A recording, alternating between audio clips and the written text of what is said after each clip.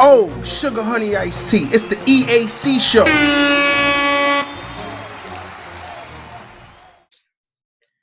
Good day, ladies and gents. I'm Emilio A. Colon, and welcome to the EAC Show, coming to you from sunny South Florida.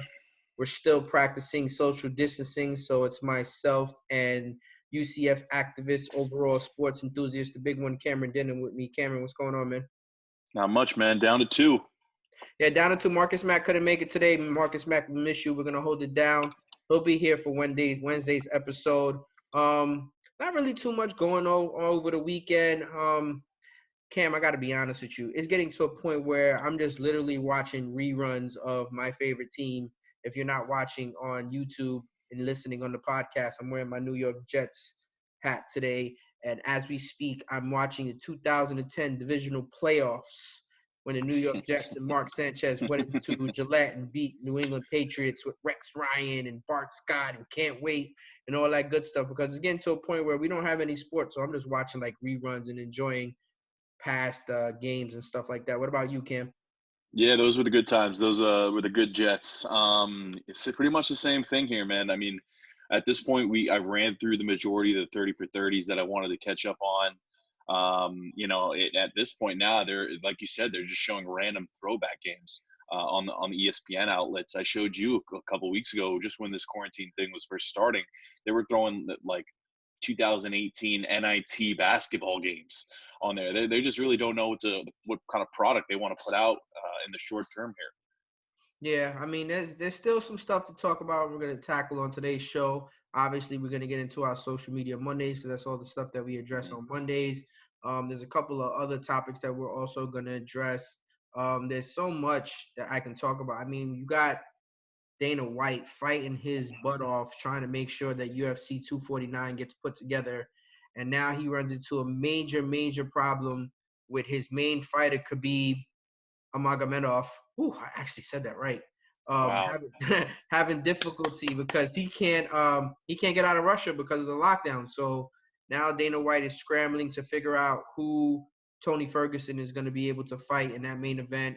I also sent you a post. Yeah, sad. It sucks. That's tough. That's sad, but it's also tough because out of the two fighters, we're here to watch Khabib fight to defend the title. So it's they kind of have to find a fighter to fight the challenger. It's kind of losing some steam there. I mean, Khabib did say that he was having so much difficulty when Dana White was trying to find another venue or a country to be able to hold the venue for the fight. And I guess he was just running out of places to go. I guess he flew into Abu Dhabi from what he said. And he got rejected because their borders are closed. So he had to go back to Russia. And it's just becoming more of a problem for him to be able to get out. And it doesn't look like he's going to be able to fight Tony Ferguson at this point, which is extremely disappointing because that's what everybody wants to see. They want to see that big fight. And Dana White, hats off to him. He's doing his best to try to put it together. But it seems like every obstacle or every wall he hits, it's too tough. Yeah, I can understand that. He's going to try until sort of he gets the last no that he needs in order to wrap the whole thing up. But he'll find someone to end up fighting if we know him correctly. If he can't get this fight squared up, this UFC 249, the next fight that takes place is UFC 250, and that's not until May 9th. And that's between, of course, Jose Aldo and Henry Cejudo, if I'm saying that right. Probably butchered that, and also Felicia Spencer and Amanda Nunes are fighting that bout as well. Well, the hard part is that, and I don't know if you know this, Khabib is a very, very devoted Muslim, and he does not fight during Ramadan. So if he doesn't fight in 249, he's not going to fight. He says he needs 45 days after the 30 days of Ramadan to get back to fast, right? No, it's well, 30 he fasts during fast. Ramadan. Right. And then he needs another 45 days to get his body into it. So it's going to be a while before you see Khabib fight again. So, I mean, we want to see him fight now. We understand the circumstances and all that. But if Khabib doesn't fight in Tony Ferguson in 249, we're probably not going to see Khabib until next year fight. Okay. Yeah, that makes sense. I can see that. I mean, if they can't find a fighter, of course. Joe Rogan even came on and said he wouldn't even commentate the fight over the whole coronavirus situation. Really? Yeah, I did see that you said that in our social media. We were going to wait to that. But yeah, I did see that. I mean, what's a UFC fight, a championship bout, without the call from Joe Rogan? So how's that going to be? What if Bruce Buffer doesn't even do the before introductions? I mean, you can't ask for it all, but It doesn't have the same feeling. I know. Listen, like I said, I applaud the legendary promoter that Dana White is, and UFC is his baby, and he wants to put it on. It just seemed like there's so many hurdles to jump over, so many walls to break down, and he's doing his best. And hats off to him because I respect it. He has so much passion for the UFC. He doesn't care what anybody else thinks. He's just going to do what he feels is right and what's right for his sport. Because you got to remember, when he was first fighting for this sport was completely illegal in so many states.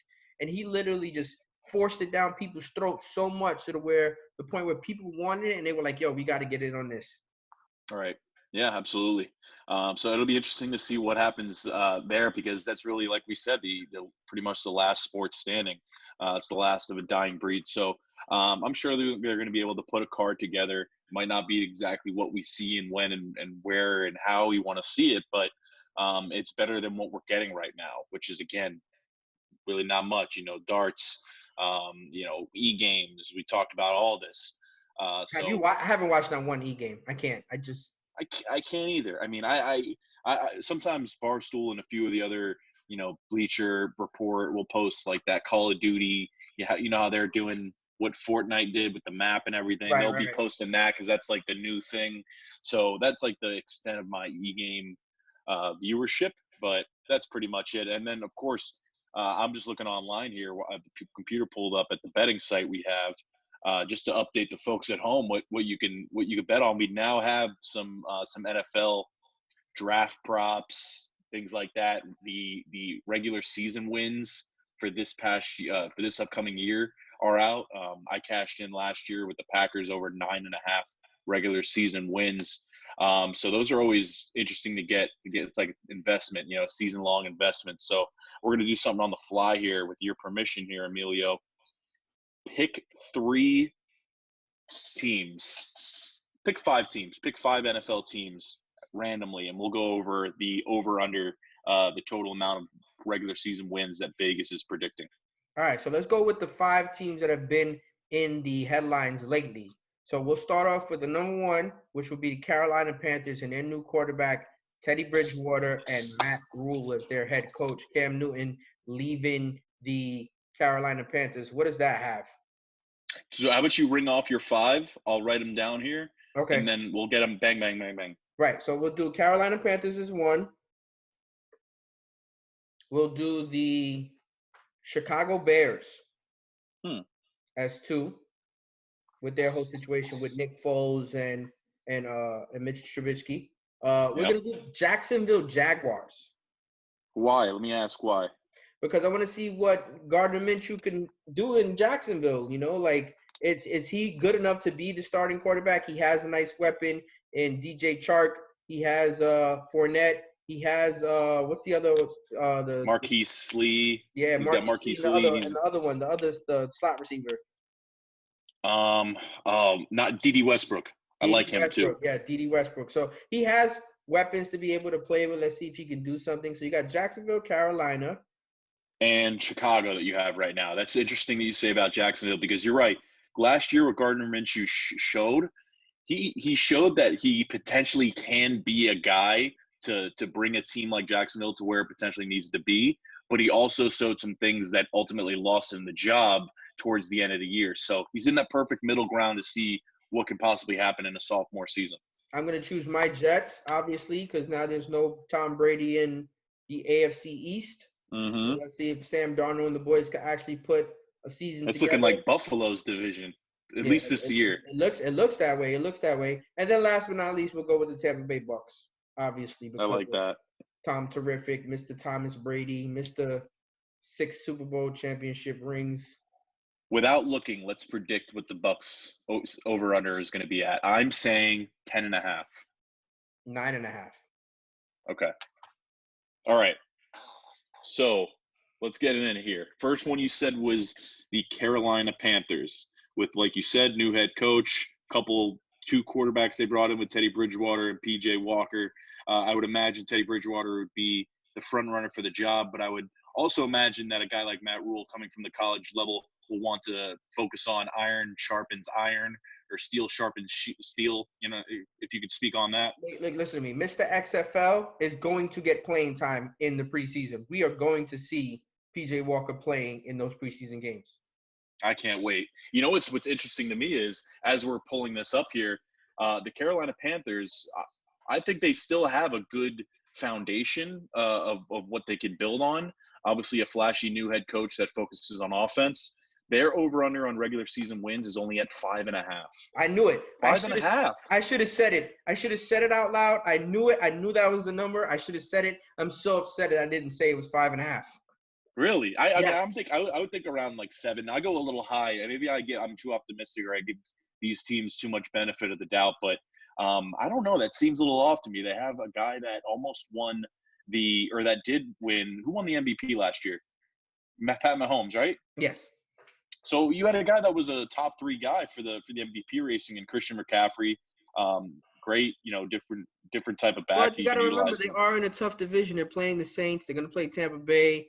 They're going to play the Falcons. That's the problem. The problem is that they're looking like the cellar dwellers in that division, and that's probably the issue. You're completely right. It's that division that has it at 5.5 because they have to play each of those teams twice. And that division really, now that all these pieces have been moved around, it's always been a contending division, but that may be the best division in football at this point. I mean, if you could think of anything other. I don't disagree with you one bit. The third or fourth team in that division can potentially win another division. Let's go into your division, because that's why I chose the Bears. I know you like to talk about the Green Bay Packers. Yes, the Chicago Bears, their over-under is 8.5. Which it's perfect for the Chicago Bears, a team that sits at 7-9, 8-8, 9-7 for what seems like forever. That's a perfect way. You said under. I saw you motion under. I'm gonna go under. Yeah, I'm definitely gonna go under with that. I don't believe in Mitchell Trubisky, and I don't believe in Nick Foles neither. I think that division is still ran by Mr. Green Bay, Mr. Aaron Rodgers, Mr. Danica Patrick. I think he still holds it down over there. And you know what? They're just really good. You got Aaron Jones. You got Devontae Adams. And they Green Bay is Green Bay. Green Bay is really good. So, and I think they're going to add pieces in the draft as well. Maybe sign a free agent here and there or whatever. Maybe, I know they got Funchess as a wide receiver to help out a little bit. So we'll see how that goes. Yeah, I love that. I love that pick. A guy like Funchess. He is susceptible to the drops. However, he's a big body, man. He's the kind of guy that can take some attention away from Devontae Adams. So, and whoever's in the slot. So I'm really looking forward to that. The Packers, I know that's not one of our teams I have on our list here, but just comparing it to the team in their division, the Chicago Bears, the Packers are at 9.5. So the same exact thing as last year. So it's interesting to see that.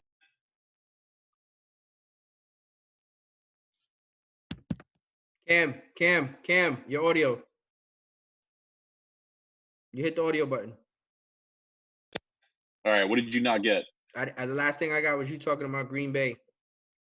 Okay.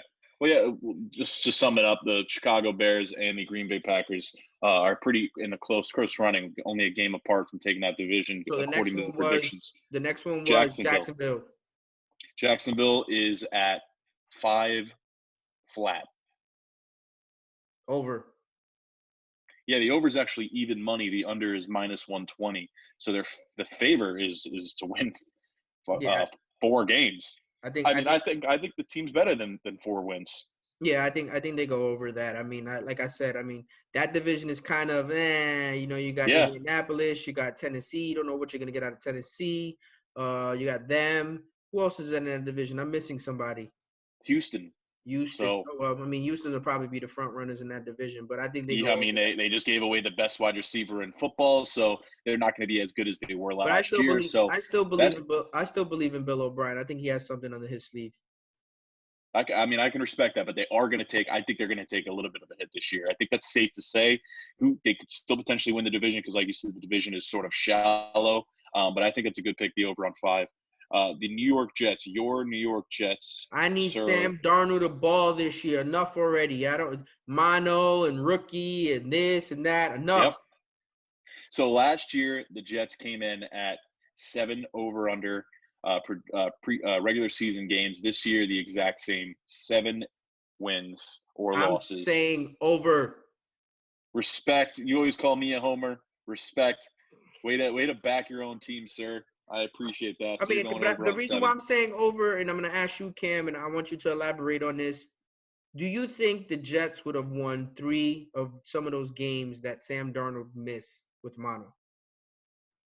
How many of the 3 games? 2, One of 3, the 3 whatever. games? Oh, yeah, absolutely. And they were in some close ones as well. So there you go. So it's just little things that have to be changed, and you just have to have consistent quarterback play from your franchise quarterback, and then you can go to the next level. What did they end up? 6-10? Something like that, yeah. Okay. The Tampa Bay Bucks are at 9 flat. So you were a half game off there. What do you think of that? 9 games. Over. Right? Doesn't it feel like over? I mean, same thing with Carolina. They're in a tough division. But it just feels like over with how we like their defense in Tampa Bay, and of course the weapons that Tom's going to have.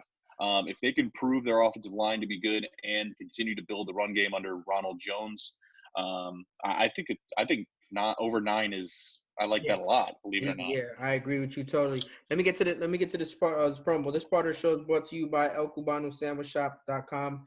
Use the promo code EAC and receive discounts on online pickups or delivery orders. Enjoy a cafe con leche or a natural pre-workout shot of that Cuban coffee to start your day. The daily lunch specials and their steak sandwich is next level. Once again, use the promo code EAC. That's ElCubanoSandwichShop.com or 954-906-5110, and that's El Cubano Sandwich Shop in Coral Springs. Remember, use the promo code EAC. Yeah, I like that. I mean, I like that number for those teams. I think your Packers end up winning that division. I think it's a fight. I think Buffalo's the leader in my division. Hopefully my Jets can put up a fight. Houston probably wins the South. I think Jacksonville gets over 5 games. And I think Tampa Bay ends up taking the NFC South.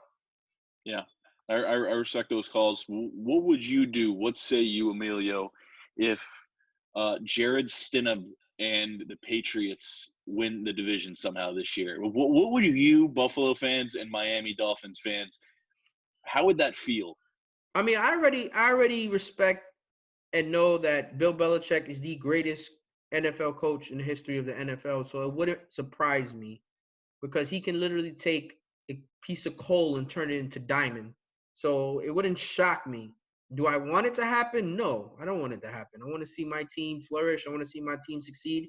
It's about damn time. We need it, not for nothing, in my opinion, I feel like sports is better when New York teams flourish.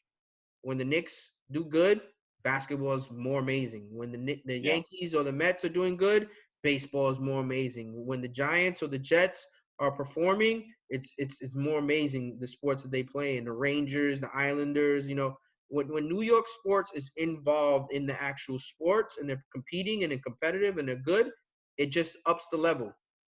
What do you think the reason is? And I'm not trashing on New York sports, but outside of the 2 Super Bowls that the Giants won, like what do you think the issue is with New York sports and why? Pressure. Is it the pressure? Is it living in New York and having too many distractions?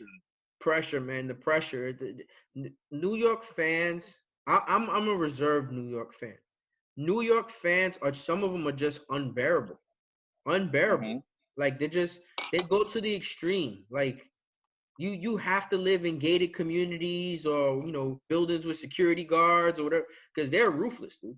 They're ruthless. Yeah, they're ruthless. They are really ruthless. So the pressure, the distractions, when you're winning, it feels so much better. You go out, you have a good time. When you're losing, it feels demoralizing, and it drags longer than it should sometimes. So I think that has to do a lot with it. I think it's just the pressure more than anything else. If I'm the president of a pro sports team in New York, I'm having all my guys live in Connecticut. And you'll just carpool, you'll commute over. Not doing that commute, I promise you. That's a headache.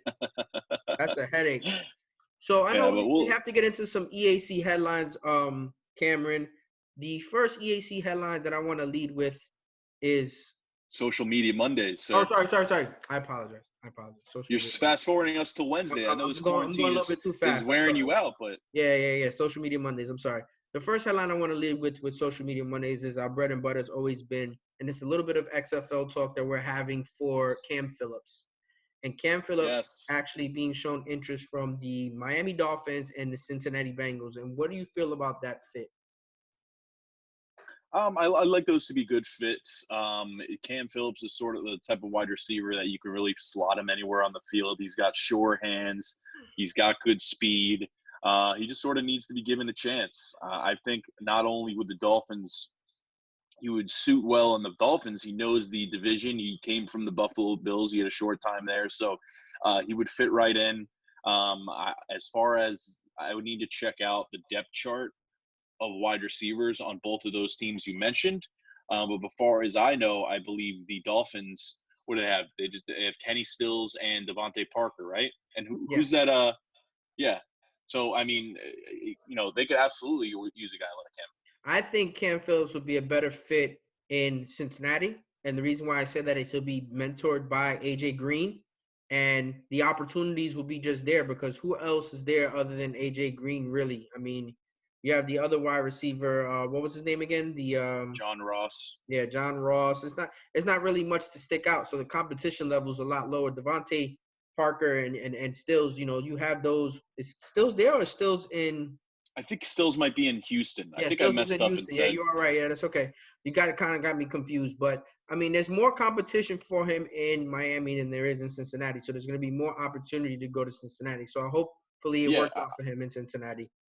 I mean, you might be right, but I'm looking at the Dolphins wide receivers right now. It's Devontae Parker and then just some guys from my high school. Like, I not to throw shade or like shit on them, or sugar honey iced tea them, but it was him, and then Alan Hearns was the only other name that I recognized, and he's sort of on the bottom of the depth chart, and only because he went to Miami University. So that you might be right with him going to Cincinnati. He might have a better chance there because I think they're going to have a decent team. I think if they draft Joe Burrow to build a relationship with him, two young guys. I think you sort of nailed it on the head. What better mentor than a guy like AJ Green who's been through the ringer? Good luck, Cam Phillips. We wish you nothing but the best. Now, our next Social Media Monday post would be Brandon Cooks over the weekend posted a picture of an emoji. I saw this. Saying, "Free me." This guy, man. He's been traded so many times. I was just going to say that. This is the first team in his career where he's been on the team for 2 years. This is his first back-to-back year where he's his first team that he's been on multiple years. So allow me to say it like that. And finally, a team that's going to be loyal to you, you're saying, get me out of here. And it's a place in Los Angeles. Like, I don't know, something seriously must have happened in the locker room or behind the scenes for this to happen because it seemed as if he found a home after being a traveling man for 3 years. Not for nothing, but every time he gets traded for picks. Like the other teams because he started jumpy there, but he excels. He every team he goes to, he shows out. So they have to give those picks for him. It's nutty. I mean, what was it? First he was with the Rams. He got traded, right? No, he was the Saints. Oh, because this is interesting me because I really want to look this up. Fill some time. Yeah, I think he got traded from one team to the Patriots, then the Patriots to the Rams, and now he's about to get traded again. Right. So he seems almost to me like a what's it called? Like a Percy Harvin. Like, is he just a locker room issue? Oh, perfect. That's a perfect analogy, man. That's a really, really perfect analogy in comparison. Yeah. I mean, he produces a lot more than Percy Harvin did, but that's a perfect analogy. But I don't think So here it is. So he was with the Saints, but he was with them for 3 years. Mm-hmm. Actually, then he was with the Patriots mm-hmm. for a 1-year deal, and then the Rams for 2 years. So he was with the Saints for 3 years, but he was only under one contract. He was just under a rookie contract that expired. Of course, and then if he gets traded, this would be his third time getting traded. Yeah, so this will be his fourth team he's on in like 7 years. That's really not that good for how good of a receiver. Something's not adding up. Another Social Media Monday post that we saw was, congratulations to Devontae Adams. He signed with the Jordan brand. That's dope. That's my boy. That's dope because Absolutely, you man. get all the Jordan gear. You get, the Jumpman. You get The Concord 11s, retros. Jordan 5s. You get everything under the sun. You're the flyest one. Your children, like, your wife, everything. Everything is just Jumpman, Jumpman, Jumpman Yep. all over the My baby place. would have Jordan jumpsuits on and the whole thing. And it's a shame we don't have Marcus Mack here or Joey Benetti, because I'm sure they would have something to say on the kicks that I'm sure that he's going to be getting with this new contract. Absolutely, that's a big plug. Not to mention, I mentioned this a little bit earlier. I actually reached out to Darrell Revis on Instagram, and he Mm. wrote back because I was asking him something about an exclusive sneaker. We'll discuss more about it on Wednesday's show when Joey Benetti and them is on there. So I'll give that response on Wednesday's show. I'm just giving a little teaser right now for that. So also social media Monday, we got Travis Benjamin, wide receiver, Oh yeah. with the 49ers. What do you think about that, Cameron? I mean, I like that. It's another traveling man. He's another guy that is sort of just a deep flyer, can catch the long ball, but doesn't have the surest hands. It's not the sexiest thing in the world, but the 49ers can always use good wide receivers. They really don't have a lot of name wide receivers. They have great running backs and a strong tight end. And of course, Emmanuel Sanders. Don't forget about Deebo Samuels. Deebo Samuels is good. I do like Deebo Samuels, so that's my fault for not mentioning him. But for the most part, when I think of the wide receivers, I just think of the E-Man Woman Haters Club, Emmanuel Sanders. So to get another guy on the opposite of him that could take pressure away from him, take some eyes away from him, allow him not to be double teamed. He's getting older, Emmanuel Sanders. So But no, this was a necessary move. he's actually signed with the Saints. Emmanuel Sanders signed with the Saints. So he's down in Get out of here. he's down in New Oh Orleans. man, let me tell you something. This is a bad sports podcast if I didn't know that. When did that happen? That's how quiet it is, man. That's how quiet it's been, man. They got us wrapped up in coronavirus. I didn't even see the Saints now have Michael Thomas, Emmanuel Sanders, what's his name? Traquan Smith from UCF. You know who I'd rather Jared Cook. You know who I'd rather the 49ers sign instead of Travis Benjamin? Ted Ginn Jr. Ted Ginn Jr. Isn't he still on the Saints? No, he's a free agent. But he was on the Saints last year. I would have rather Ted Ginn Jr. than Travis Benjamin. Would you have, though? I mean, I feel like they're the same guy. Ted Ginn plays in the slot more. Ted Ginn can take the top off. He like, you can throw him that long bomb. He's going to go get it. Yeah, but, I mean, the Chargers use Travis Benjamin as the long ball guy to take away from and that's how Keenan Allen gets all his PPR guy. Yeah. Correct. So that's exactly where I was going. So I feel like they're the same guy, although they do the same thing, but one of them can do it in the slot. So maybe you might be right. Yeah. And then our last social media Monday post is going to be speaking about, this is the first time we're actually talking about this. We haven't even gotten to this point yet. I think, Cam, you and I have to put together a mock draft for our listeners and our viewers. And that is Utah State's Jordan Love has been extremely busy because he's been FaceTiming with the Dolphins, Packers, Colts, Chargers, Raiders, and Saints. Yeah, this is that third wide receiver, or that third quarterback that everyone's sort of just not talking about, but third or fourth, improving. Right, third or fourth, correct, after the guy out of Oregon. But this guy Jordan Love, he plays in a Group of 5 conference, so not a lot of casual college football fans know who he is. If you're a guy like me who roots for a team in a Group of 5 conference, you know who this is. He does play good football. It's always against what competition, that's the whole thing that they're going to say about guys like this. And look what Carson, you got to point to guys like Carson Wentz, other guys that came from smaller schools, they can excel. Josh Allen from Buffalo Bills, he played for Wyoming. So those guys can work. It just needs to be the right fit. So let me ask you a question. In my opinion, I'm going to make my pick. So out of those teams between the Dolphins, Packers, Colts, Chargers, Raiders, and Saints, I think the perfect fit for him is the Colts. Yeah, I can see that. Sit behind Phillip Rivers 1 year, not have to worry about nothing, and just get ready to ball in the future. What do you think? Where do you think Jordan Love should end up? I can see that. I can see the Colts simply just like what you said. He'd have time to sit. He's a mobile quarterback, which they do like in Indianapolis. I think he would look good in blue. He's wearing the Navy now. I think it's either the Colts or, and I'm not even trying to be a homer here, Emilio, because I really don't like the kid that much, Jordan Love. I need to see more out of him if I'm going to love him. But I think it's the Packers because he plays in a cold state in Utah, so the frozen tundra wouldn't faze him. He's got what the Packers look for in quarterbacks historically: height, hand size. I know you're going to laugh at that, but those are things that they eye up. They like a big guy that can see over center. And it's the same thing. He could sit behind Rodgers for 3 to 5 years if he chooses to do that, or it's a Jimmy Garoppolo situation where they have to ship them off. But I like him enough to take a chance on him late first, early second round.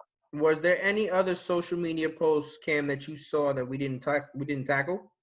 Only that feel-good one that I sent you about the soccer player. I can't think of the soccer player's name. Oh, yes. Hold on. Let me pull it up real quick. Congratulations to while Emilio's looking it up, I'll tell you a little bit of the backstory. He was in a coma I don't know how for to a say little his over 2 first name. years. His last name is Nuri. Sorry. No, it's all good. What team does he play for? Does He it plays say? for Ajax in Amsterdam. Okay. But yeah, he was in a coma for what, over 2 years? 2 years and 9 months. And just woke up in the middle of this coronavirus deal. I mean, it's amazing. God bless. Thankful that he woke up. But he actually got put in a coma. He was playing a game. I don't know if you saw that. He was in the middle of a game, collapsed, and was put in a coma, and then wakes up 2 years later. I can't even imagine it. It's just unreal. # stay strong, Api. Congrats. I mean, so happy for you and your family that you're here. You're moving your eyes. You're moving in a wheelchair and stuff like that, but you're back to reality, and we're extremely happy for you. And now that you're awake and you're better, stay 6 feet away from everyone. Keep your hands washed. Wash your ass. Make sure don't touch your eyes after touching a door handle. I'm sure right when he woke up, the doctors were standing like 6 feet away from him. He was like, "Why are you standing over there?" Sure, they had to fill him in quick on what was going on. I mean, I think that was it. I think there was one thing that Marcus Mack sent me and he wanted me to touch, and I'll just bring that up, is that they were talking about whether Jarrett Stidham is the Patriots' next franchise quarterback. And to answer that question, Cam, I don't think so. I think he's just a fill gap. I think Belichick has a bigger picture mindset, and he'll figure something out eventually. But as for right now, I think they're just going to go with Jarrett Stidham for the short term. I agree. I think he's just going to be the bridge quarterback. The thing is that we talked about Jarrett Stidham before. I think he's good enough to be a starting quarterback in the NFL. I did like him in college. He played for Auburn. I think he has the ability. He's a pro-style quarterback, similar to Tom Brady. I think he can be that guy, but I haven't heard enough from the Patriots organization and their fan base to think that he's just going to be, you know what I mean? I think you're right. I think he's just going to be the guy until they can maybe hopefully get Trevor Lawrence, which I think is what they want. I agree with you totally. Well, so this is going to conclude episode 21. Cam, it was really good speaking to you. This was really, really refreshing, yes, sir, considering the circumstances. This concludes episode 21. Make sure you like, subscribe, comment on all social media platforms. Like us on YouTube, subscribe there, all podcast platforms as well. Cam, I appreciate you. We'll check you out episode 21 later, guys. No doubt. 22, episode 22. Oh, sugar honey iced tea. It's the EAC Show.